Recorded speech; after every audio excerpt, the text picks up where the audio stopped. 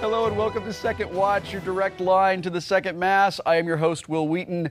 Tonight's episode of Falling Skies reminded us that on post-invasion Earth, no character is safe from the greedy hands of death. Tonight, I am being joined in studio by actors Moon Bloodgood and Maxim Knight. We also have executive producer Raymay Abushan here to talk all about it. You guys, this episode has some really tough scenes with Crazy Lee being mortally wounded. Maxim, your scenes with Luciana Caro were fantastic, and I want to know what it was like for you working in those scenes. Well, you know, it was a very tough experience because, you know, she was on that little metal rod for pretty much the whole day, and Wait, they really put a metal rod through her head? Yeah. No, you can't do that. That's amazing. Well, you can do it once. That's true. All right, go on. Anyway, but no, she was locked in there. You know, it's kind of scary for Matt as a character because he's never really had a friend die before. And, you know, I had bonded with Pope's gang and, you know, I'm good friends with them and I want to impress them. You know, I want them to like me. So when she dies, it takes a toll on me. Yeah, it's always tough, right? Like, you get used to having actors on the set. And like, do you have, I know that last season there was a little bit of survivor guilt after you lost a couple of actors. But what does that do on the set? I walk into the trailer, if you've never heard me, and I'm like, is it going to be me this week? Who's going? Is it me? Really? Am I going to be killed? Yeah. There's a bit like, I'm always like, Noah, you're safe, and the rest of us are in jeopardy. Is it like, you know, you hear these stories about people sort of being deployed in war, and they're like, I'm not getting close to you, rookie, because they're just going to kill you. God. It's a little bit like that. I mean, it's so hard because you do bond with these people, and then you don't know if they're gonna pass. I felt that way with Dylan. Yeah. Oh yeah, that broke my heart. Last year. That was our first heartbreak with Dylan. Yeah. Then subsequently, like, And it got easier. And I was like, whatever. All right, another one's dying. Yeah, after Dylan, y'all don't matter. But remember with Luciana, Noah was so sweet. He got like a piece of, what is that called? Rebar. Yeah. And he got it like engraved. And Luciana was really Oh, touched, that's and we really all- sweet. And gave her a trip to Disneyland. He did. He did that too. What a great really? guy. Really Yeah. Yeah. It's like, what are you going to do when we take this rebar out of your head? I'm going to Disneyland. Yeah. That was a the actress that you have playing baby Lexi is really great. Like, she comes across as this sweet, adorable, wonderful little human child right up until the second that she becomes a human alien hybrid weirdo. So I have a split question for Raymay and for Moon. So I would like to know, for you, when you shot those scenes, you are an expectant mother, right? Right? Yes. Which I just found out today. I didn't know. You didn't know? No, you guys hit it really well. I had no idea. Yeah. Well, because you weren't doing the thing that always happens when an actress is pregnant, where it's like, I'm going to walk in carrying a bag of laundry into the restaurant. We didn't do that. Yeah, No, it we was didn't. nothing. We It were was really nothing good like about that, right? Thank gosh, yeah. Okay, so so you're an expectant mother. Yeah. And you've got all the things going on that go on as you're like approaching having your child, right? And you're acting with a baby all the time, right? It was perfect. I felt it was so great because here I was like about to be a mother, and it was just like perfect parallel to my life, and all of us on set were just going crazy over these twins. You know, they always use twins. Yeah. And they were such good babies, and I was so bonded to them, and they were mixed like I'm mixed. They were half Asian, half white, and I felt all those maternal instincts kick in. It was great. It was perfect. And there's a lot going on for Anne in all of this, right? Like she's trying to figure out, is she going crazy? It's so interesting because that whole postpartum depression is what everyone kind of thinks is happening because she's only acting up when she's with me. Yeah. And for Anne, I think she's thinking it's sad for her, and it's also very isolating because, you know, Lourdes doesn't believe her, and Tom is up, you know, being presidential, and he doesn't believe her. Yeah. So everyone thinks she's crazy. It was strange for me, but I was quite hormonal, so it was easy for me to get really emotional, like I have a scene with Maxim. It was easy to just go there because all those hormones were just, you know, going wild. But it was sometimes like sad. It was an emotional thing to like shoot those scenes. I really love the scene where Tom is trying to tell Anne, like, I haven't been here, and I know what you're going through, and Anne's just like, You're adorable. Now shut up and leave. I know. I'm like looking through the I just love that. And I look at him like, you have no idea what's going on. Shut up, you stupid man. Yes, just go be president. Go play president save for a the little world. while. Where did the idea come from, and when was the idea hatched to give Tom and Anne a human alien hybrid baby? Well, I think we had talked about it even this last season when we revealed that Anne was pregnant. But we did have a lot of debate going back and forth as to whether or not it would have alien characteristics or it'd be an unusual baby. Yeah. We still don't really know.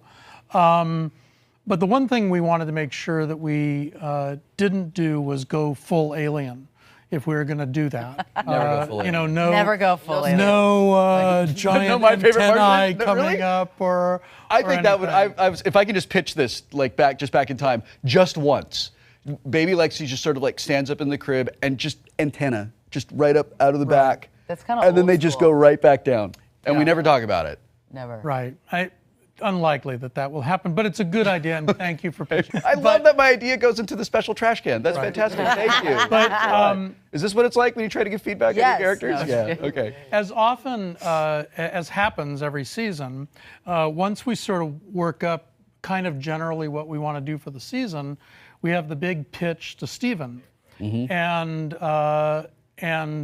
as I was pitching it, Stephen really locked into Alexis as the baby. And while we had planned to, of course, service that, we weren't really prepared, or we didn't think we needed to go big with it. But one of the things that makes Steven Spielberg a genius is that we basically were able to take his input, and I think the result is these little subtle things. We didn't want to show anything about Alexis doing strange things. We wanted to keep it all in Anne's mind, but suddenly that moment when she stands up in the crib in the last episode or the first episode was really Stephen's pitch, and it's chilling. And It was great for me as an audience member to see that happen, because I didn't know, is all of this, what's going on? Is this in Anne's head? It's like, okay, is Hamlet crazy or is he playing crazy? And it was that, I was glad that moment actually happened, because it let me sympathize with you. And then everyone Right. gets mad at kind of Tom and Yeah. Lourdes, Right. right? Because the audience is on my side. Yeah. Yeah. I want to talk about Pope a little bit, and I wish Colin could be here, but he was not able to get here today. So anyone who wants to be Colin, please feel free to jump in. Could you bring my wig, please? And just do that. Do it, Remy. I love when we see these moments of Pope becoming vulnerable. I just love it when some of that sort of like bluster and bravado is gone. I love that. And I think it just makes him such an interesting character. And he is so upset about Crazy Lee's death, especially because he says, like, we shouldn't have been out there. I think he's coming from this place of intense grief, but he's like righteously indignant about it as well. So we see that he shares these moments with Matt. And I wonder if this is an event that might bring Pope a little bit closer to the people of Charleston, or if this is going to just drive him further into his shell and make him more difficult to deal with. Well, I think what's interesting about Pope and the way Colin approaches that character anyways is that he's a man in conflict with himself. And he's had a lot of things happen in his life, clearly. We don't know the half of it, where he clearly is a smart guy. He has feelings, but he also is battling a huge line of demons. And that one moment, which I think I've watched this episode at least 60, 70 times, that one moment when he realizes Crazy Lee is gone still makes me cry. And I think it's because you finally see the pressure that Pope puts on himself during the course of this whole experience. He knows what he believes he needs to do, but it's tough sometimes, even for a guy like Pope. And Colin does a great job of that inner tension that's constantly there. There's a lot going on with him, even when he's not like he's a very present, he's a very active actor. Even when he's not interacting with a character in a scene, there's still stuff going on. Even off camera. If the sniper that we found is telling the truth, then the actual president of the United States is out there. Right. And might not have to have Tom off playing president anymore. Right, that might be right? a relief. Right. Yeah. So what do you? That's what I was going to ask you. So what does she want? I think deep down inside, Anne, and I assume as kids, we all feel this way, like we're not loving sharing him with everybody. Yeah. But we don't want to be the kind of people to complain or say that to him because we know what he's doing is honorable. But I think Anne feels like neglected, and she sort of like hints and stuff, but she's not someone who's going to complain. And Does Matt feel that way also? Like, is he resentful of his father being away, or is he like, good, get out of my way? What's your take on that? Well, I think that's why I'm hanging out with Pope's gang, because you know my father isn't there, so I need someone to hang out with. And do you think that Matt chooses Pope because he knows that Tom doesn't necessarily approve of him? Is it that sort of like, is it that kind of rebellion? It could be, but then I also think that Matt does respect his father, as we saw in the last episode.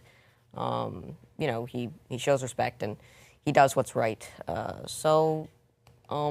I think it's just, we had a history, Pope and I. So, he's just good bud, good friend. It seems like this is such a great idea to push Matt toward Pope and toward the Berserkers. And writing that sort of rebellious kid, it could be a caricature instead of a character. And I feel like you've really managed to make it a great character. And I just, speaking as a former child actor and as someone who enjoys the show, I'm really grateful to you for doing that. And you're doing a really great job. For better or for worse, I still remember what it was like to be 13. Yeah. And the things that I remember were the adults that treated me like an equal.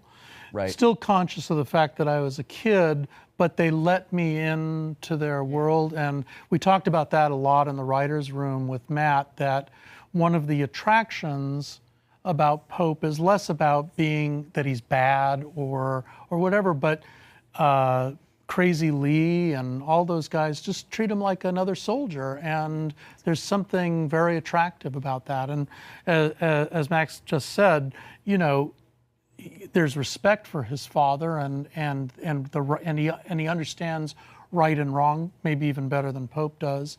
But that sense of feeling like I'm part of a group and people take me seriously, I don't know, as a 13-year-old, that was really important to me. And no one ever did. It's really wonderful, and I just, it's nice to see a young character actually behaving the way an actual real life young character does, and that's great. We're out of time, so I just want to say thank you to you guys for coming and joining us today. This was great. Tune in next time for Second Watch, and we will be talking to actors Moon Bloodgood again, Drew Roy, Doug Jones, and executive producer Greg Beeman. Until then, you can catch up on Falling Skies trivia and take a look behind the scenes of Falling Skies right here at TNTdrama.com. And until we see you next time, keep the resistance strong.